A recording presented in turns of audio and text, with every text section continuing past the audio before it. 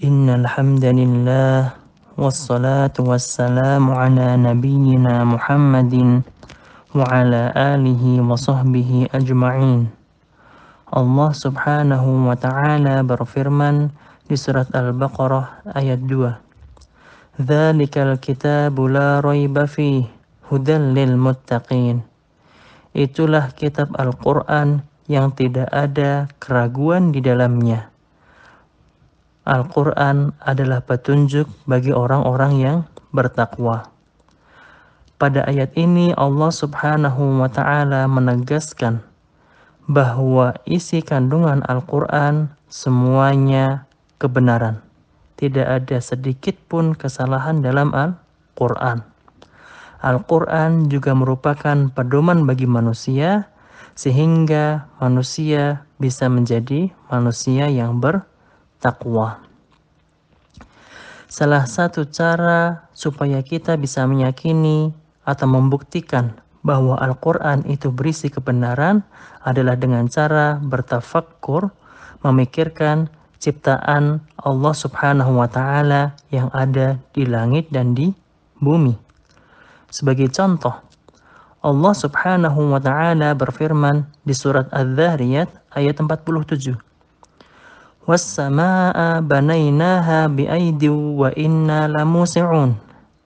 Dan langit kami bangun, kami ciptakan, dan juga kami terus perluas. Di sini Allah Subhanahu wa ta'ala menggunakan kata musi'un yang dalam bahasa Arab masuk kategori isim fa'il, yang artinya pekerjaan itu masih terus berlangsung. 14 abad yang lalu ketika ayat ini turun, orang-orang masih belum memiliki pengetahuan yang cukup tentang informasi alam semesta. Sehingga pada saat itu orang-orang masih belum bisa melihat makna atau penampakan bahwa alam semesta ini meluas. Pada awal abad ke-20 atau sekitar 14 atau 13 abad kemudian setelah ayat ini turun, ternyata komunitas ilmuwan membuktikan dari hasil observasi bahwa alam semesta senantiasa mengembang. Nah, ini adalah salah satu contoh bahwa Al-Quran itu berisi kebenaran. Ada banyak sekali ayat-ayat Allah Subhanahu wa ta'ala di Al-Quran yang bisa kita korelasikan ketika kita bertafakkur tentang ciptaan Allah Subhanahu wa ta'ala.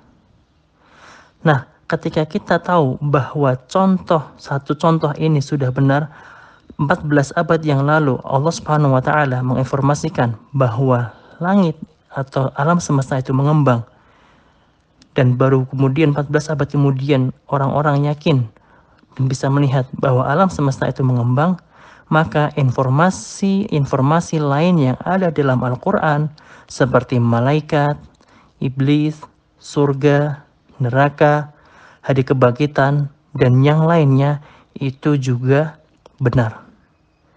Sekarang kita belum melihatnya, sekarang kita belum menyaksikannya, tapi yakinlah bahwa itu semua pasti akan terjadi. Al-Quran menjelaskan ada surga, ada neraka. Bagaimana cara masuk surga dan bagaimana cara masuk neraka.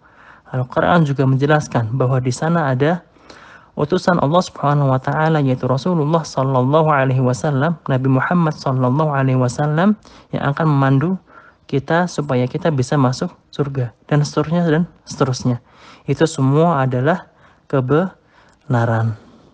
Oleh karena itu, mari kita senantiasa pelajari Al-Quran dan juga bertafakkur supaya kita menjadi orang yang beriman dan bertakwa. Wabillahi taufiq wal hidayah. Wassalamualaikum warahmatullahi wabarakatuh.